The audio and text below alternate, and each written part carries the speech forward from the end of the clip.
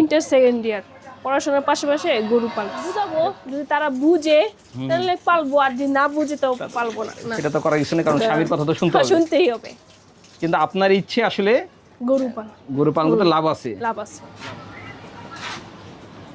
আসসালামু আলাইকুম। ওয়ালাইকুম সালাম। ভালো আছেন? আলহামদুলিল্লাহ ভালো। আপনার নাম? ভালো আছেন? জি আলহামদুলিল্লাহ। আপনার নাম? আমার নাম বৃষ্টি, আমেনা আক্তার বৃষ্টি।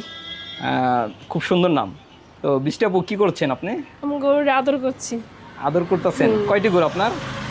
আমার দুটি গরু। আচ্ছা আচ্ছা, এই দুইটি গরু। হ্যাঁ তো গরু কি দেখাশোনা আপনি করেন? হ্যাঁ আমি করি। ভালো লাগে আপনার? আমার খুব ভালো লাগে। কেন ভালো লাগে একটু বলবেন? একটু সামনে আসেন। ভালো লাগে যে গরু পালতে তো অনেক ভালো লাগে, দেখতে ভালো লাগে, শুনতে ভালো লাগে, সব দেখতে ভালো লাগে, এই জন্য।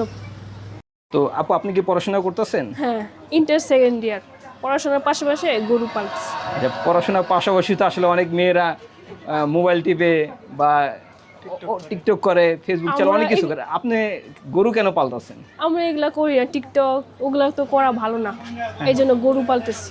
টিকটক, তারপরে ওই যে মোবাইল টিপা, ওগুলো তো ভালো না। আর আমরা নামাজ পড়ি 5 ওয়াক্ত, আর এই যে গরু পালি, ওগুলা করি না। গরু কেন পালন করেন আসলে? গরু আমাদের ভালো লাগে, টাকা পয়সা দেয়, এই জন্য। মানে সংসারে একটু আয় উন্নতি বাড়ে, উন্নতি হয়, এই জন্য। তো এই গরু নিয়ে আসলে আপনার ইচ্ছা কি ভবিষ্যতে?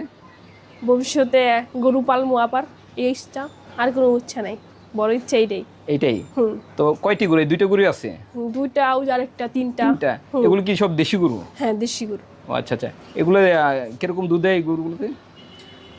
একটা 5 কেজি করে, 5 কেজি 5 কেজি 10 কেজি। 10 কেজি দেয় প্রতিদিন? 10 কেজি? হ্যাঁ প্রতিদিন 10 কেজি। কত করে বিক্রি করা হয়? 100 টাকা করে। 100 টাকা করে? আচ্ছা আচ্ছা। তো গরু পালন করলে তো আসলে লাভ আছে না? হ্যাঁ লাভ আছে। সত্যি লাভ আছে? হ্যাঁ লাভ আছে। বাচ্চা আছে, বাচ্চা পালন করলে, লালন পালন করলে বড় হইলে বেচা যায় বা ধরন যায়। ষাঁড় গরু হইলে বেচা যায়, আর মাইয়া গরু থাকলে ধরন যায়, আবার বাচ্চা দেয়, আবার দুধ দেয়, এটি নিয়েই। তো অনেকে তো বলে যে আসলে গরু পালন করে আসলে লাভ নেই। না, আমাদের লাভ আছে, আমাদের অনেক লাভ। মানে গরুটা বিক্রি করলে লাভ আছে। ওই গরুটা 3 লাখ টাকা চাইছে, ওই গরুটা বেচার লিগা। সমস্যা নেই, আমরা পাললে বড় করলে টাকা পাওয়া যায় আর দুধ পাওয়া যায়, এই জন্য। মানে অনেক মেয়ে যত্ন নেন গরুগুলোকে? গরুকে গোসল করাই, খাবার দেই, বলে কইরা পানি দেই, কুড়া দেই, বুসি দেই, মার পানি দেই, দেওয়ার পরে খাওয়াই, আবার খাওয়ার পরে গোসল করাই, তারপরে সাবান দিয়ে গোসল করাই, শ্যাম্পু দিয়ে গোসল করাই, মানুষের মতনই। আবার গরুর দুধ দুয়াই বালতি দিয়ে। গরুর কোনো নাম আছে নাকি? না, গরুর নাম নেই, নাম নেই। তো এই গরু নিয়ে আসলে ভবিষ্যৎ ইচ্ছে কি আপনার? ভবিষ্যৎ গরু আরো বাড়াবো, আল্লাহ যদি বাড়ায় তো বাড়াবো, বাড়ানোর পরে গরু পালবো, সমস্যা নেই।